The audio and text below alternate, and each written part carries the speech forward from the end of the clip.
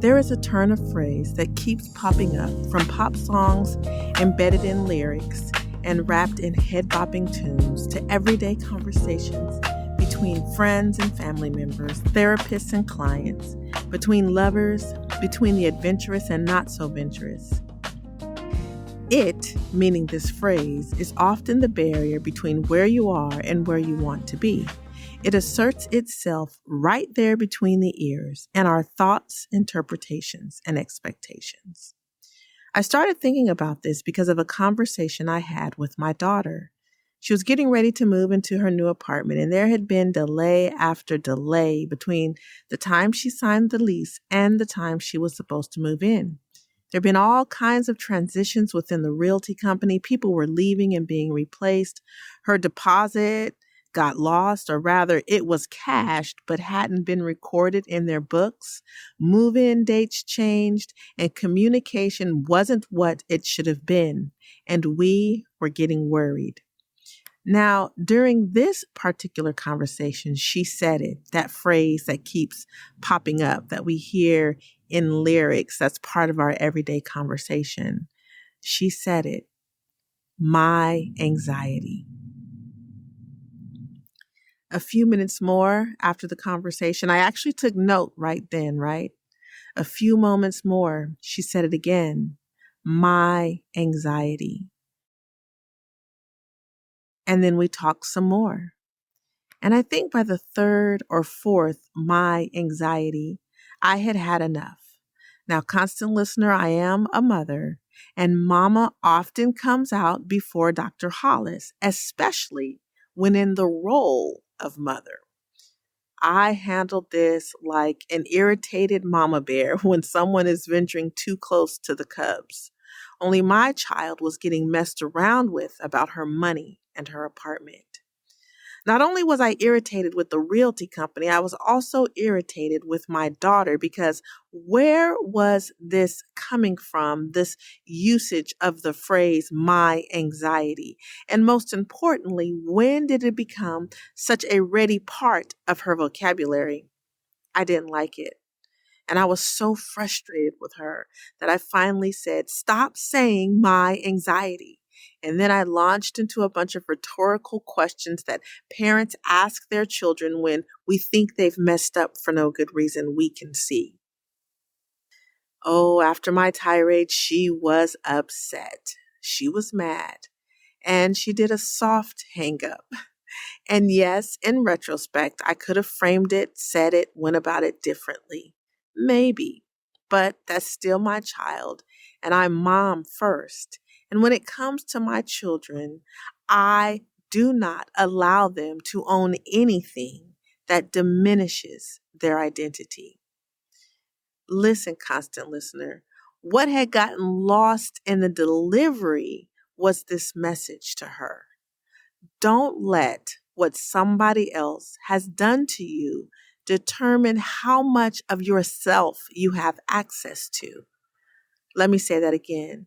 Don't let what somebody else has done to you determine how much of yourself you have access to. Constant listener, before we go any further, I wanted to know what this word actually meant before it became our anxiety. So I went back, and I mean all the way back past the Latin, all the way to the Greek.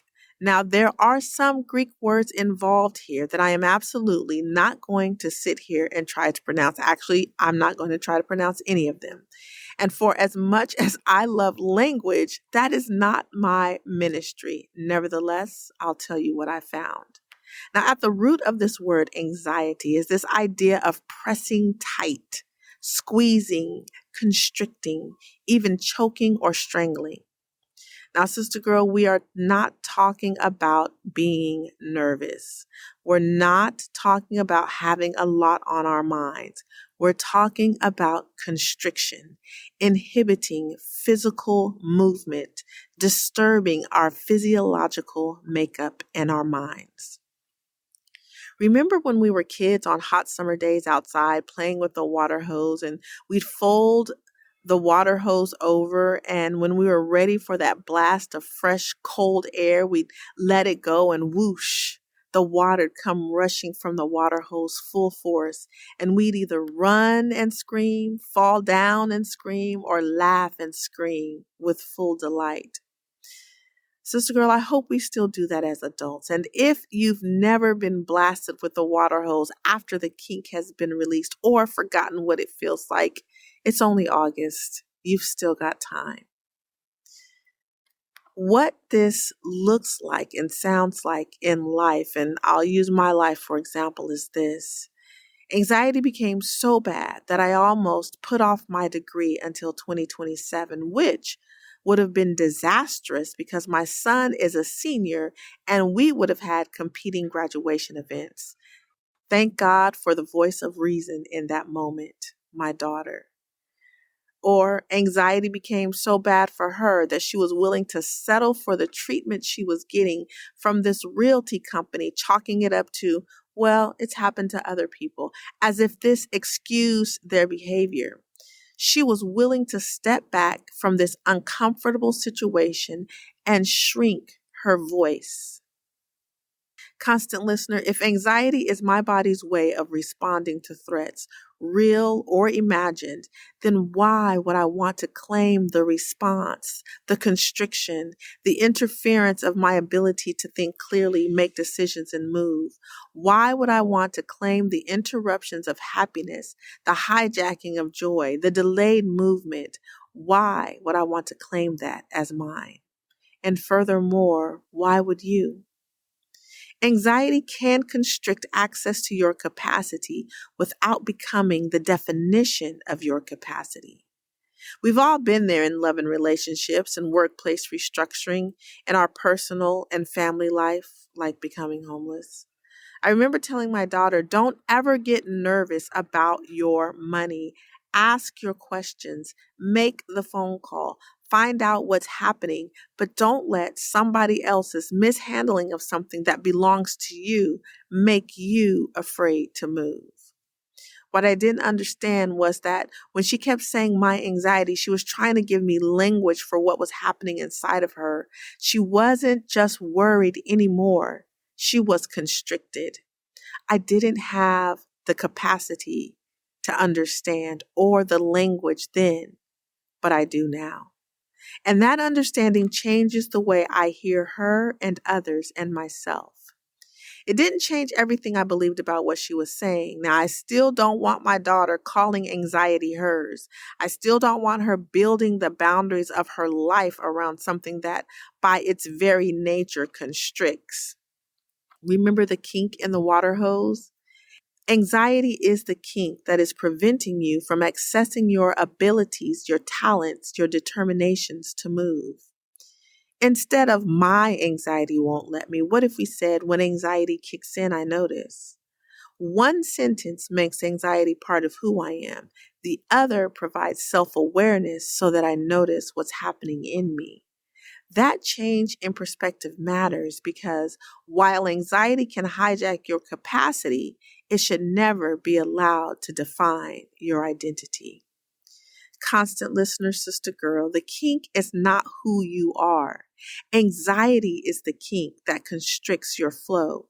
It dims the adventurous light in your eyes. It silences your voice and smothers your talent. It does all of this, but the kink doesn't define what's flowing through the hose, and it certainly doesn't define you. Before we go, I think you know by now the special relationship I share with my daughter. We are each other's most trusted voices. Even after that phone call, she still calls me.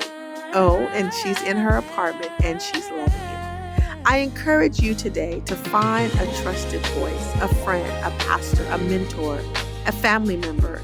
And if you have none of those, constant listener, sister girl, you can borrow mine. And the last thing, don't let what somebody else has done to you or what life has put in front of you determine how much of yourself you have access to. I'm Dr. Hollis. Thank you for sharing your space with me on 1 Degree to Victory. Until next time, I love y'all.